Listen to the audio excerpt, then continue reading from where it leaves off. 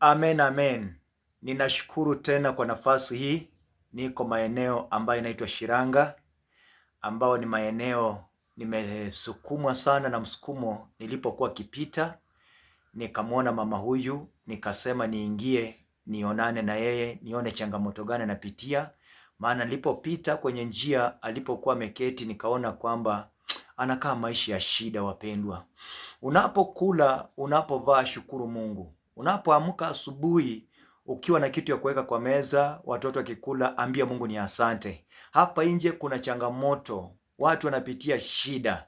Kwa hivyo niko kwa hii nyumba ambao ni mama ameketi na pamoja na jukuu wake na msichana wake ambao ndiye anayemtunza. Alikuwa na mzee huyu akachukuliwa. Kwa hivyo mama amebaki tu hivyo, hana chochote. Ako na siku 3-4 hajakula kitu, hata mnapomtazama kwenye uso wake hajakula kitu. Wapendwa, tafadhali tafadhali, hii mambo inahitaji kusaidiana. Watu wenye wako nje ya nchi na hata wenye wako nchi hii, tafadhali.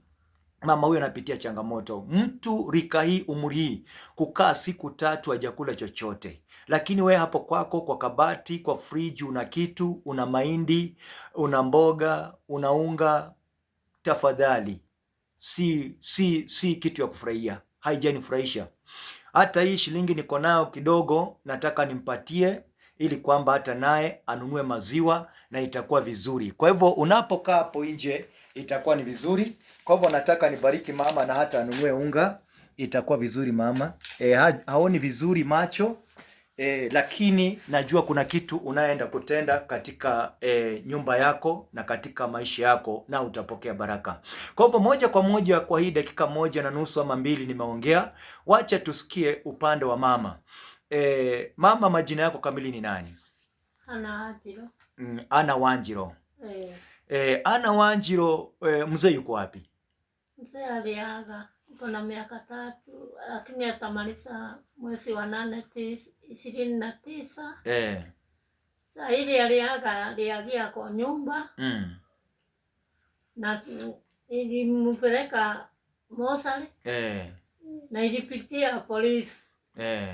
Watoto hao ake mananisumbua. Walisema ni mimi niliua baba yao. Na nikashindwa ilimuua na nini. Mimi ni mzee. Na bado oleka tena. Mimi nilioleka ilikuwa mtoto mdogo. Sasa ile tulipatia ubarua. Tulifika huko huko Kawa. Amen, amen. Watoto umebarikiwa na watoto wangapi? Nimesikia kwamba unasumbuliwa watoto. Watoto umebarikiwa na watoto wangapi? Gana 3. 6. Ninashukuru. Kwa hivyo wakati mzee ameenda na unasumbuliwa na watoto, unakula aje sasa? Unapataje chakula? Hata proti malisema matauza. Sijui, mimi niko na mtoto wa 1974. Na ni mgonjwa kichwa. Hakuna kitu mananipatia kama nipigie hiyo mtoto. Lakini hiyo mtoto nasumbuka naye mpaka nikashindwa. Alilala Mathare, kukaa huko wodi. Ni mimi tu saa hiyo ilikuwa na kitu ya kumpeleka kwa hospitali. Hiyo mtoto nakuwa naye hapa. Sinda ile iko naye. Hii ploti ikiuzwa, kwa sababu kuongea kwao manataka mauze hii ploti nitoke ati niende. Mimi ni mzee, nitaenda wapi? Huu mtoto ni mgonjwa. Hata nikushindwa kuenda mahali tuli ofisi niulize kama iliuzwa, kwa sababu manataka kuuza, sijui nitaenda wapi. Sinda ya kwaja ni plot na jam. Hakuna kitu manani chakula nakosa. Msichana alipata mtoto juzi, ndio na mimi nakaa naye. Mtoto wako wa mwisho? Hii nyumba na nyesa. Nalalaga hapa kwa meza. na nikashindwa ikiuzwa nitaenda wapi? Hawa iko na makao yao, mtu kila mtu. Nauliza mimi makiuza hii ploti nitaenda wapi? Shida ni njaa na kunitusi takataka, umbwa kali, umbwa koko, kunitusi kabisa. Sasa unakulaje? Unaupataje chakula cha kukula? Akinipatia.